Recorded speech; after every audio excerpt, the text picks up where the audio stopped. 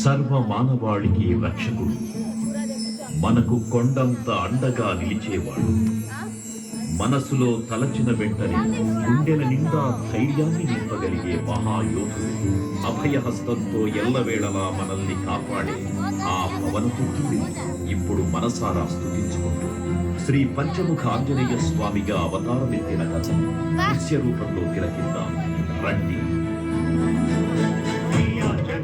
ప్రసన్నాంజనేయం ప్రభాదిత్యకాయం ప్రకీర్తిప్రదాయం భజే వాయుపుత్రం భజే వానగాత్రం భజేహం పవిత్రం భజే సూర్యమిత్రం భజే రుద్రరూపం భజే తేజం.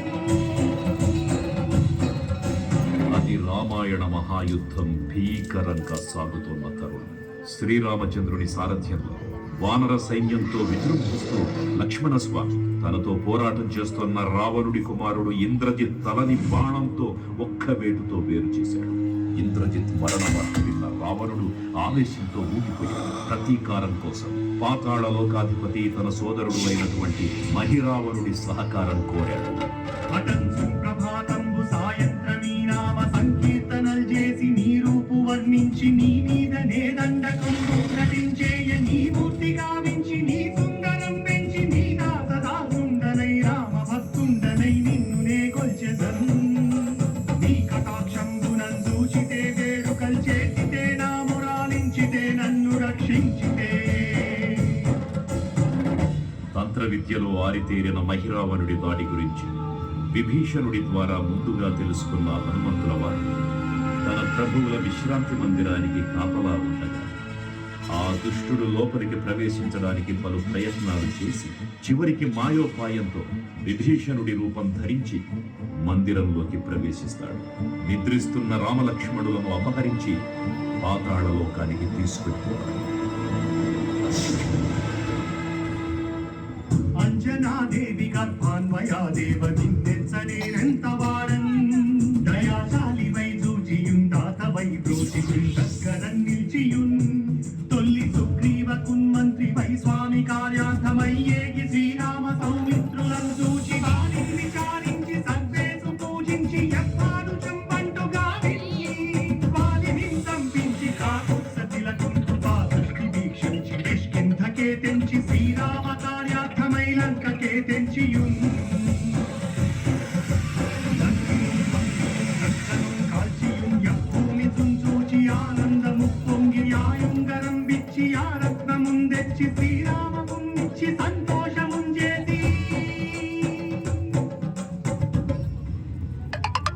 తన ప్రభువులను కాపాడుకోవడానికి వాయువేగంతో పాతాళ లోకానికి చేరుకున్న ఆంజనేయ స్వామికి సగం మొసలి సగం వానర రూపంలో ఉన్న వింత జీవి ముఖద్వారం వద్ద కాపలా కాస్తూ కనిపిస్తుంది.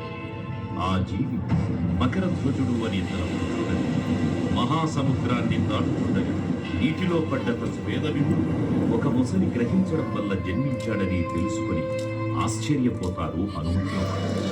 తన పుత్రుడిని యుద్ధంలో ఓడించి పాతాళ లోకంలోకి ప్రవేశిస్తాడు.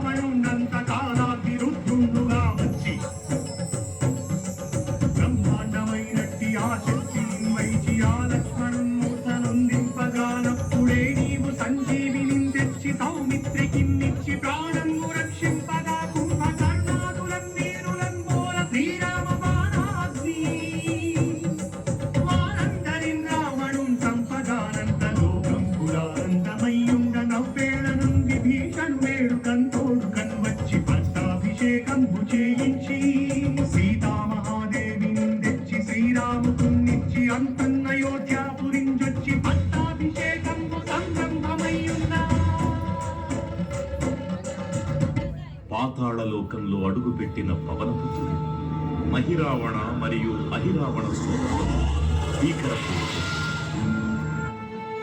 5 దిక్కులలో ఉన్న 5 దీపాలను ఒకేసారి ఆర్పడం ద్వారా మాత్రమే వారి మరణం సంభవిస్తుందని చెప్పారు. అప్పుడు మహాబలి 5 ముఖాల ధారణ చేసి పంచముఖ ఆంజనేయునిగా అవతరించి ఏకకాలంలో 5 దీపాలను ఆర్పివేసి ఆ దుష్ట సోదరులను తుదముట్టిస్తారు. నీకన్న నాకెవ్వరు కూర్మిలేరంచు మన్నించి శ్రీరామ భక్త ప్రశస్తంబుగా నిన్ను సేవించి నీ కీర్తనలు చేసిన పాపముల్ వాయులే భాగ్యముల్ కల్గునే సామ్రాజ్యముల్ కల్గు సంపత్తులు కల్గును వానరాకారయో హస్తమందారయో పుణ్య సంచారయో ధీరయో ధీర నీవే సమస్తం విధానో ప్రియాతారక బ్రహ్మ మంత్రంబు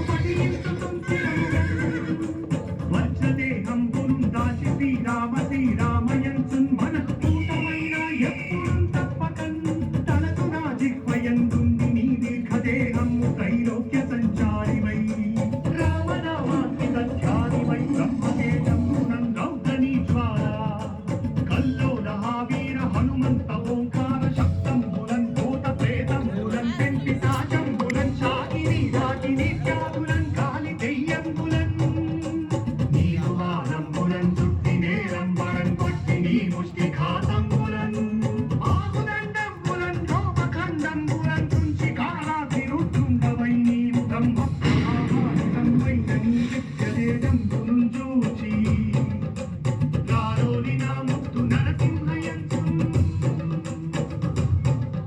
దయా దృష్టి వీక్షించి నన్నేలు నా స్వామి ఓ ఆంజనేయ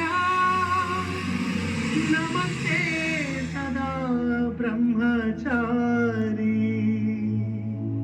నమస్తే నమో వాయుపుత్ర నమస్తే నమః. తూర్పు దిక్కున చూసే శ్రీ హనుమాన్ ముఖం సర్వ పాపాలను హరించేదిగా, దక్షిణ దిక్కున చూసే శ్రీ నరసింహుని ముఖం శత్రుభయాన్ని పోగొట్టి విజయం చేకూర్చేదిగా, పశ్చిమ దిక్కుని చూసే శ్రీ గరుడ ముఖం భూత ప్రేత తాంత్రిక భయాలను పోగొట్టేదిగా, ఉత్తర దిక్కు వైపు చూసే శ్రీ వరాహ ముఖం గ్రహదోషాలను హరింపజేసి అష్టైశ్వర్యాలను అందించేదిగా, ఆకాశం వైపు చూసే శ్రీ హయగ్రీవ ముఖం విజ్ఞానాన్ని, విజయాన్ని, ఉత్తమ జీవిత భాగస్వామిని అందించేదిగా పురాణాలు చెబుతున్నాయి. కావున భక్తులారా, అన్ని విధాలుగా మనలను ఆపుకునే శ్రీ ఆంజనేయ స్వామిని మనసారా స్మరించుకొని ధరించండి. శ్రీ శ్రీ శ్రీ మహావీర బజరంగ బలికి జై.